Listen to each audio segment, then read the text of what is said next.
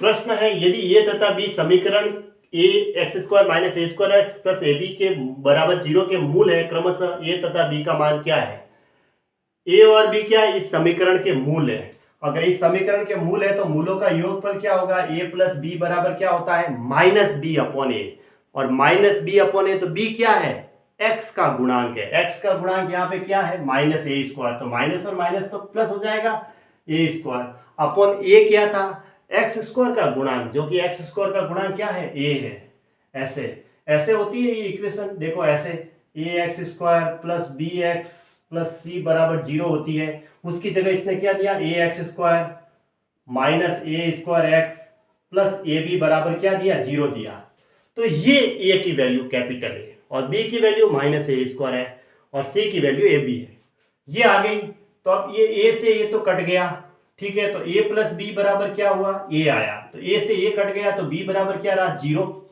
एक तो हमें बी बराबर 0 मिल गया, एक मूल। तो अब ये तो मूलों का योग था, मूलों का गुणनफल ए बी बराबर क्या होता है? सी अपॉन ए। सी कांस्टेंट क्या है यहाँ पे, जिसके साथ एक्स नहीं है, वो ए बी है।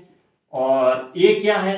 एक्स स्क्वायर का गुणांक कैपिटल ए है, तो ये रहा ए। ए से ए कट गया और ये बी से बी कट गया, तो ए बराबर क्या आया? सिर्फ और सिर्फ 1 आया, क्योंकि गुणा में भाग से फिर 1 रहता है। और प्लस माइनस से जैसे ए उधर जाएगा तो ए माइनस ए 0 होगा, तो फिर बी आएगा, क्योंकि इनके बीच में प्लस है, तो बी बराबर 0। और यहाँ से ये कट गया और बी से बी भी कट गया, तो ए बराबर 1 रहा। तो ये 0 1 इसका आंसर है। कौन सा ऑप्शन सही है? 0 1।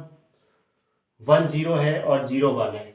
तो क्रमशः ए तथा बी का मान क्या है? ए का मान 1 है और बी का मान 0 है। क्रमशः कहा ना, ए तथा बी का मान, तो ए का मान 1 बी का मान 0, तो ऑप्शन ए सही है, ये आंसर है ना। तो ऑप्शन ए में दे रखा है। यदि समीकरण X square minus B X plus C बराबर 0 के मूलों का अंतर 4 है, निम्न में से कौन सा कथन सत्य है? देखो, इसके मूलों का अंतर 4 है। अगर मैं दो मूल अल्फा और बीटा लूं, तो अल्फा माइनस बीटा बराबर दे रखा है 4। इसने कहा मूलों का अंतर 4 है। और अल्फा प्लस बीटा क्या होगा फिर? अल्फा प्लस बीटा बराबर माइनस बी अपॉन ए होता है। माइनस बी अपॉन ए, बी होता है एक्स का गुणांक, जो कि यहाँ दे रखा है माइनस बी। तो माइनस और माइनस तो प्लस हो जाएंगे, कैपिटल बी अपॉन ए। ए होता है या एक्स स्क्वायर का गुणा कितना दे रखा है? Capital A. ये अल्फा प्लस बीटा आया। और दोनों का गुणनफल अल्फा बीटा बराबर क्या होता है? सी अपॉन ए। सी यहाँ पे कांस्टेंट सी है और ए की जगह कैपिटल ए है, तो ये रहा सी अपॉन ए। अब हमारे पास अल्फा माइनस बीटा है, अल्फा प्लस बीटा है और अल्फा गुणा बीटा है। तो हम ये फॉर्मूला यूज कर सकते हैं, अल्फा माइनस बीटा का होल स्क्वायर बराबर अल्फा प्लस बीटा का whole square minus 4 alpha beta. ऐसे लगा सकते हैं, ए माइनस बी का होल स्क्वायर बराबर ए प्लस बी का whole square minus 4 A B. A minus B यानी अल्फा माइनस बीटा का होल स्क्वायर, 4 का स्क्वायर 16 हुआ, और अल्फा प्लस बीटा का स्क्वायर होल स्क्वायर करेंगे तो बी स्क्वायर अपॉन ए स्क्वायर हो गया, और माइनस 4 अल्फा बीटा की जगह सी अपॉन ए। अब इसको सॉल्व कर दो। अब यहाँ ए स्क्वायर है, तो या तो ए स्क्वायर एलसीएम ले लो, ठीक है, एलसीएम ही ले लेते हैं। चलो 16 बराबर ए स्क्वायर, मैंने एलसीएम लिया, क्योंकि यहाँ ए की पावर 1 है और यहाँ ए की पावर 2 है, तो मैंने ए की पावर 2 एलसीएम लिया ज्यादा वैल्यू को। ए स्क्वायर का भाग ए स्क्वायर में देंगे 1, तो 1 को बी स्क्वायर से गुणा करेंगे तो बी स्क्वायर, माइनस ए का भाग ए स्क्वायर में देंगे तो ए बार गया, एक ए तो कैंसिल कर गया, ए को 4c से गुणा करेंगे तो 4ac आया। अब ए स्क्वायर को मैं यहाँ भेज दूँ तो 16 ए स्क्वायर बराबर आया बी स्क्वायर माइनस 4ac।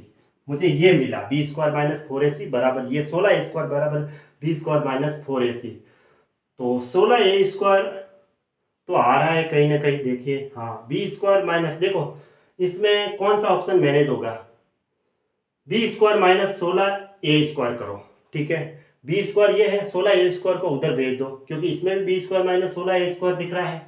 तो पहले तो मैं बी स्क्वायर को एक तरफ और 16 ए स्क्वायर को अदर और 4ac को इधर ला देता हूँ, इसको मैनेज कर लो बस। तो कैसे होगा? 4ac बराबर हो गया बी स्क्वायर माइनस 16 ए स्क्वायर, ठीक है, यहाँ तक पहुंचे। अब देखो, बी स्क्वायर माइनस 16 ए स्क्वायर 4ac के बराबर कोई ऑप्शन नहीं है, लेकिन बी स्क्वायर माइनस 16 ए स्क्वायर बराबर 4ac प्लस 4b स्क्वायर है, ठीक है। और कौन सा ऑप्शन है? बी स्क्वायर माइनस 10 ए स्क्वायर बराबर 4ac प्लस 6a स्क्वायर। क्या ये मैनेज हो सकता है? इससे देखते हैं।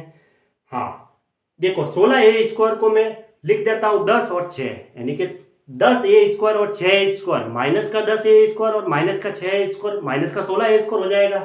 तो फिर माइनस के 10 ए स्क्वायर को तो इधर रख देंगे और 6 ए स्क्वायर को इधर ला देंगे, ऐसे लिख सकते हैं।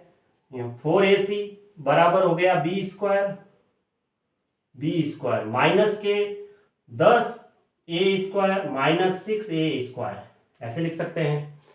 अब 4ac को बी स्क्वायर माइनस, देखो बी स्क्वायर माइनस 10a² उधर रख देते हैं और 6a² को इधर ला देता हूं, तो 4ac बराबर क्या आया, 4ac प्लस 6a² बराबर आया बी स्क्वायर माइनस 10a²। ये इसका आंसर हो गया।